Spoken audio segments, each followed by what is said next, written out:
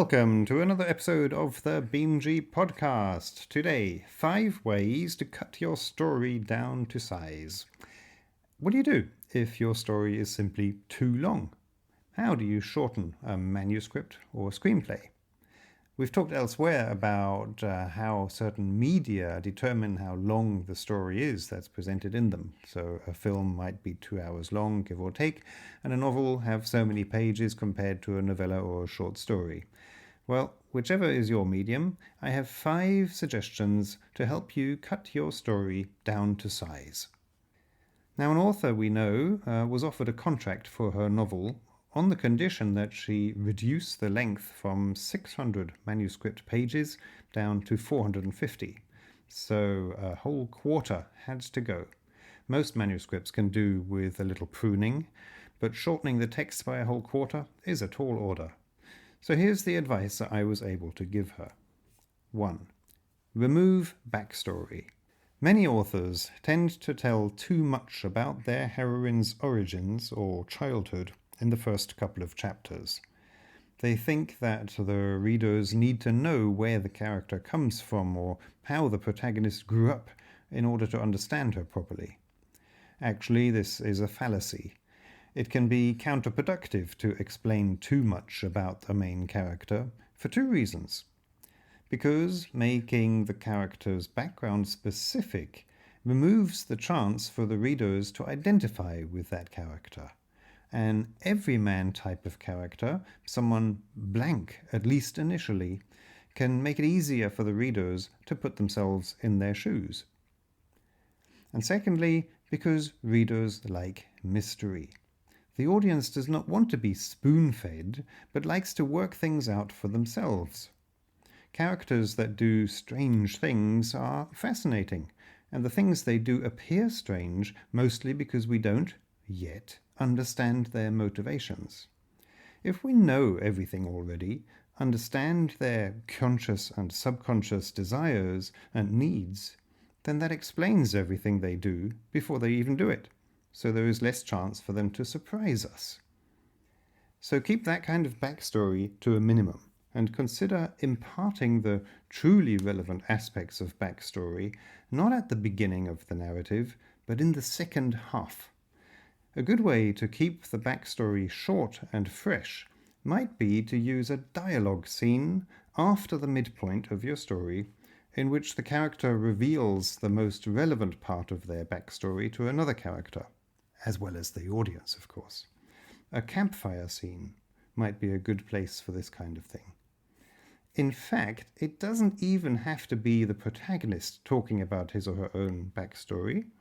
It could be minor characters talking about the protagonist in her absence that impart some information that helps the audience to get a clearer picture of who the protagonist is. For example, in a small but important scene in that very well-written thriller Hunt for Red October, a bit part character tells another bit part character about the hero Jack Ryan's backstory as an invalid after a helicopter crash. The almost untold backstory of Jack's determination demonstrates his resilience and strength of character. So, second technique to make a story shorter. Remove a subplot. How many storylines or plots have you identified in your tale? Are they subtly interwoven, or are the subplots told in separate blocks? Undoubtedly they will interlock at some points, but consider how much you would have to adjust in the A plot if the C plot were simply not there. Perhaps tightening the focus on an A and B plot only would benefit the story. Possibly it might be an idea to consider the subplot you lift out as a separate work. Does it carry enough weight to stand on its own? Can you make an A plot of it in its own right? Maybe strengthen it with a new B plot? Perhaps your story world is big enough to have 2 or more stories set in it. Or perhaps the subplot you lift out now could become a sequel to the original work. Third tip, remove a character. If you are considering lifting out a subplot from your manuscript, you might find that a character becomes superfluous. Conversely, look at the cast of characters in your story and consider what would happen if any of them disappeared from the action. How much adjustment would you have to make in order for the main plot to work if one of the supporting characters were no longer in the picture?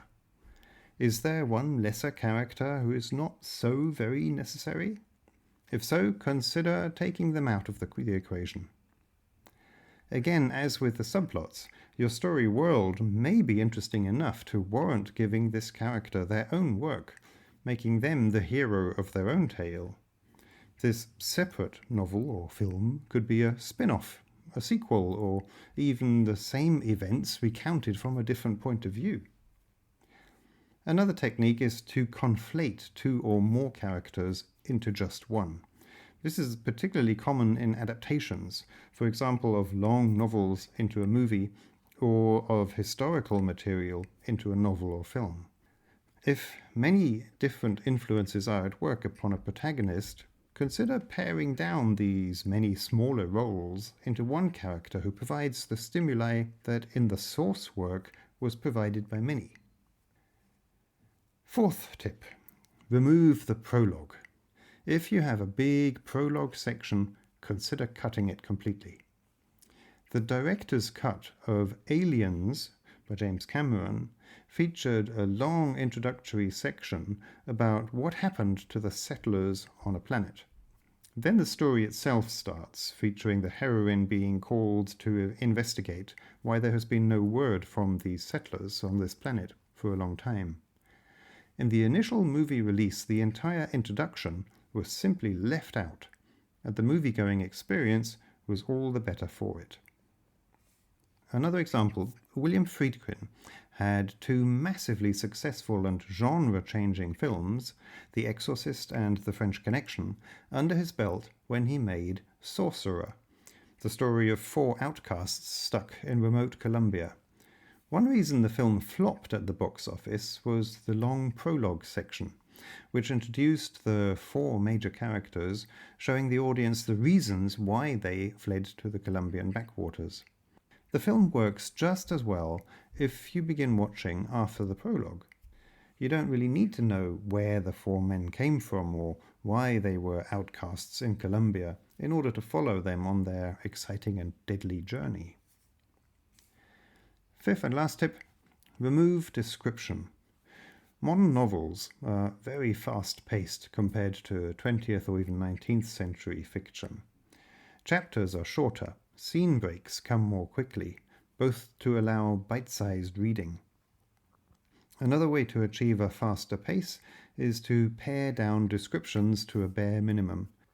If your character spends a night in a hotel, it may be enough to describe the room with a color, such as white, just to give your readers one sensory detail to latch onto and let their imaginations fill in the rest. Since most readers will have associations with hotel rooms, and all modern hotels are pretty much the same anyway, you may not need a list of furnishings.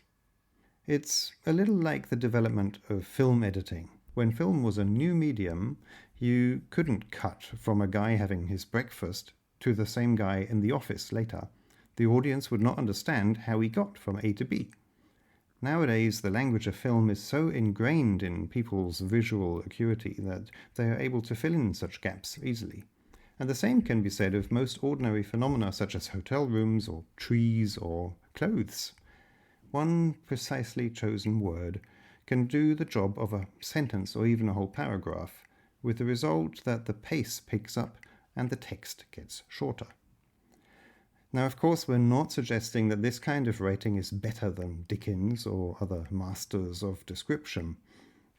It can lead to laziness on the author's part not to describe. It is said that Tolkien knew the shape of every leaf on every tree in Middle-earth.